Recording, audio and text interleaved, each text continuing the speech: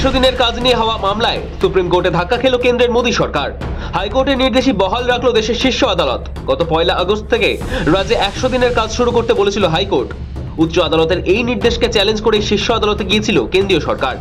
সোমবার সুপ্রিম কোর্টে 2 বিচারপতির বেঞ্চ কেন্দ্রের আবেদন খারিজ করে দেয়। কেন্দ্রের উদ্দেশ্যে বিচারপতি বিক্রম নাথ এবং বিচারপতি সন্দীপ মেহতার বেঞ্চের মন্তব্য, আপনারা মামলা তুলে নেবেন নাকি আমরা খারিজ করব।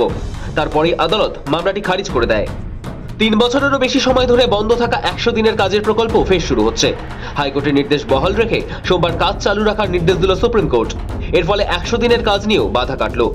রাজ্যে গত 3 বছর ধরে 100 দিনের কাজ বন্ধ হয়ে রয়েছে, যা নিয়ে সরব বাংলার শাসক দল তৃণমূল। কিন্তু এই প্রকল্পের জন্য প্রয়োজনীয় টাকা কেন্দ্রীয় সরকার আটকে দিয়েছে। অভিযোগ, পশ্চিমবঙ্গে কেন্দ্রের দেওয়া 100 দিনের কাজের টাকা নিয়ে বিস্তর দুর্নীতি হয়েছে। প্রকৃত সুবিধাভোগীদের বঞ্চিত করে ওই টাকা অন্যদের ব্যাংক অ্যাকাউন্টে পাঠানো হয়েছে। এই যুক্তিতেই এ রাজ্যে 100 দিনের কাজের বরাদ্দ টাকা আটকে রেখেছিল কেন্দ্র। এর আগে গত জুন মাসে কলকাতা হাইকোর্ট রাজ্যের পক্ষে রায় দিয়েছিল। শুনানি চলাকালীনই হাইকোর্টের তৎকালীন প্রধান বিচারপতি টি.এস. শিবজ্ঞানম কেন্দ্রের উদ্দেশ্যে বলেছিলেন, এই সংক্রান্ত সমস্ত অভিযোগ 2022 সালের আগের। এসব নিয়ে কেন্দ্র যা খুশি পদক্ষেপ করুক, কিন্তু এখন প্রকল্পের কাজ চালু করা হোক।